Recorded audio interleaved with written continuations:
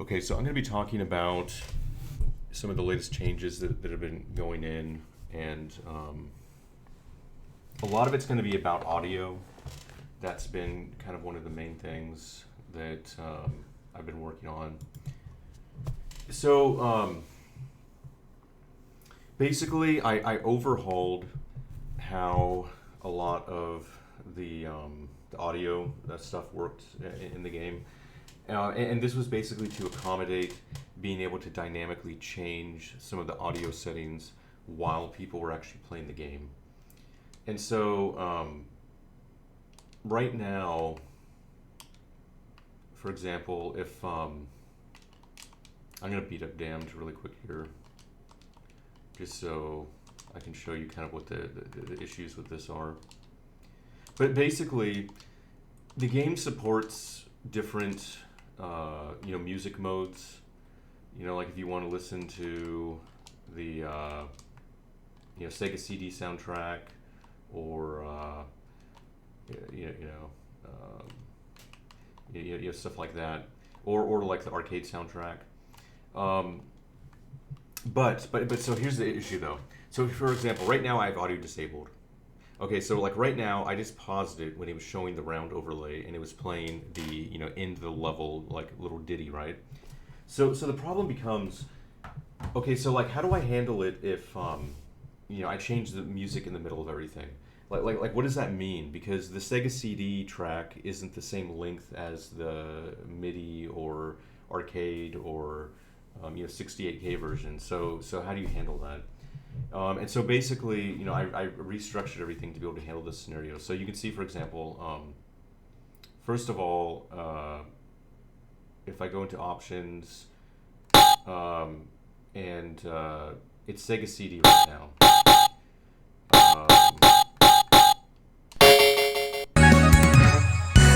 Okay, so it's playing the Sega CD track, but I just paused it right in the middle. So what happens if I go, all right, well now it's going to be that. See, it'll actually figure out, like, okay, I should be playing this, so it'll start playing the arcade one. See, so basically, at any point in the game, regardless of what's going on, and the fact that, that there are all kinds of, different things that can happen, because the Sega CD tracks, aren't actually, like all the same as arcade tracks. Like basically, Sega CD music has an extra track. In the Sega CD version, there's an extra song that gets played during the Uptown Hall stage that isn't in the non-Sega CD versions. But basically all that stuff is handled now. And also this change impacted kind of like how audio behaved when the game was paused. So basically, before, when you paused the game, it essentially just suspended the whole audio engine. It just suspended the whole thing.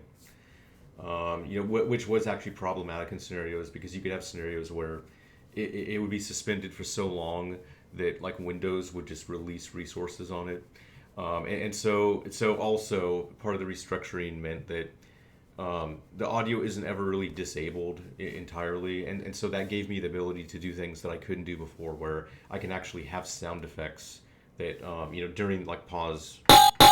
Which I couldn't do before. See, the reason that there weren't little like sound effects like that before is because the audio engine was actually disabled when the game was paused before. So this makes it a lot more robust, and it also lets me do nice things like as you turn down the volume in the menu, you can actually hear the volume go down.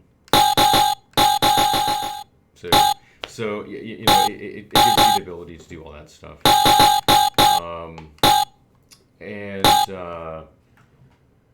So that was a nice thing. That was a shitload of work, but yeah, I'm basically in the mode where it's like, all right, like let's just really make everything just work. Let's finish it. Let's end it. Let's get it out there. And I couldn't just leave that broken, because before it was just kind of weird how like when you were playing the game and you change it from one music mode to another, and then the music would just stop until the next level. It just wasn't good. It wasn't good enough. Yeah, so that's nice, nice enhancement there. And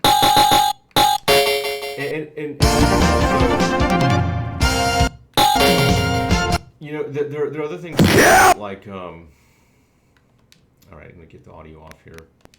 but basically there are other things too that are just kind of issues with making games in general. So I mean, this is kind of like a known problem. Everybody knows this is a thing, but basically, for the most part, people make games with the audio turned off. Like 99% of the time that I spent working on this, I was just listening to music and I didn't have the game audio on. And it's a very common scenario. People very infrequently actually have the game audio on the entire time that they're making a game. And because of that, I mean, I think audio actually suffers a lot because it just isn't given the same attention just in terms of hours. Like when you're troubleshooting or debugging or just working on a game, you're seeing the graphics 100% of the time. You're noticing, oh look, that isn't aligned, or something's wrong there, or like, oh, that glitched out, that skipped a frame, blah blah blah. All that stuff is something that you always constantly notice. But audio is just kind of a second thought where you can work on something for years and not even realize that something's off with the audio because you just basically never were listening to it. And so so basically I am spending some time on that. Those are basically like the main focuses now. Finishing up the remaining enemy behaviors. You can see that the enemy flee behavior has been redone, where they'll keep kind of ping-ponging back and forth now instead of just always running in a corner and basically blocking you from moving forward. So that's been improved a lot. And the enemy now that kind of like the generic enemy behaviors are pretty solid. I've been just adding more and more character specific behaviors to give the enemies variety, so that they all just don't have the same exact behavior. So like Damned can do like, well, there you just go. He just got me with a fucking spin attack, that cocksucker. So they're getting their special moves, and also you can see kind of how some of the stuff with Belger has been tweaked. Like, see how he's kind of dodgeable now. You basically kind of have to like weave in and out of the arrows that he shoots at you to get to him. Or if you're really good, you can actually use the knockback move to knock back one of Belger's arrows into him. I've done that, and it was pretty much like one of the most amazing things I've ever experienced. But it's not easy to do though. But yeah. Oh man, you motherfucker. So yeah. But basically, I've been focusing on enemy behavior and getting the audio really wrapped up there. Yeah, I mean, because there was a lot of embarrassing stuff that just came from like not always having the audio on. Like for example, there were a couple of cases of where like when you broke a door, like it didn't play like the wood breaking sound effect and stuff. And I said, that is just purely an issue of just like I didn't have the audio enabled, so I just like missed it. Because really it's like it is true, I actually have game audio disabled pretty often. I'm almost always listening to music, and I'm sure that's pretty typical scenario. But yeah, in any case, it's much more solid. Oh, and the other thing too is I've started actually kind of getting things ready for a source code release. So before, I pretty much had like Direct 3D and X Audio code kind of off in their own library, and in a different solution, and it was just kind of something that like you built, and then just added the dependency in like the main game project. But I actually restructured everything now, so there's this one Visual Studio solution that has everything you need to to make the game, and so it makes it much simpler for anybody who might want to screw around with the source code, or maintain it, or mess with it after I'm done with it. So yeah, like I said, it's coming together. Like I said, there still is a lot of stuff to do. you know, I mean, I think I can do it. I think I can finish it, this year. I mean, the truth about it is though, it's like even in its current state, I mean, it's pretty damn good, honestly. I mean, it's already pretty playable. It's but the thing is, I want to put as much effort into the enemy behavior as I put into the other aspects of the game. So everything is the same, level of quality. So yeah, so I'm really making sure that all that stuff is, you know, kind of going the extra mile. So yeah, but in any case, that audio stuff is nice.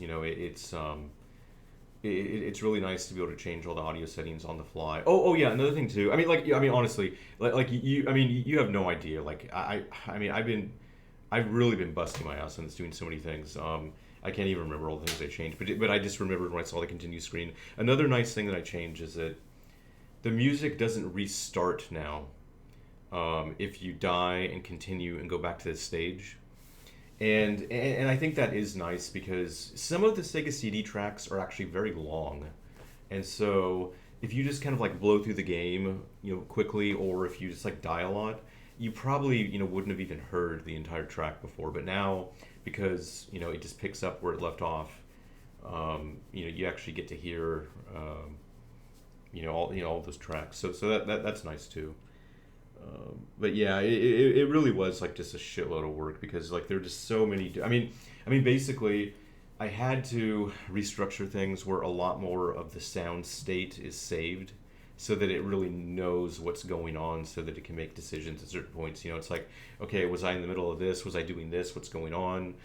So it knows how to handle like, okay, the music track changed, so we got to shuffle all this stuff around. Um, yeah, so. I'll probably have another batch of photos up soon. But yeah. I think at this point though, it really is just I pretty much just need to get those unique enemy behaviors in there, and I mean it's going to be pretty close. I mean we're getting pretty close to done. Um, yeah, it's fun to see.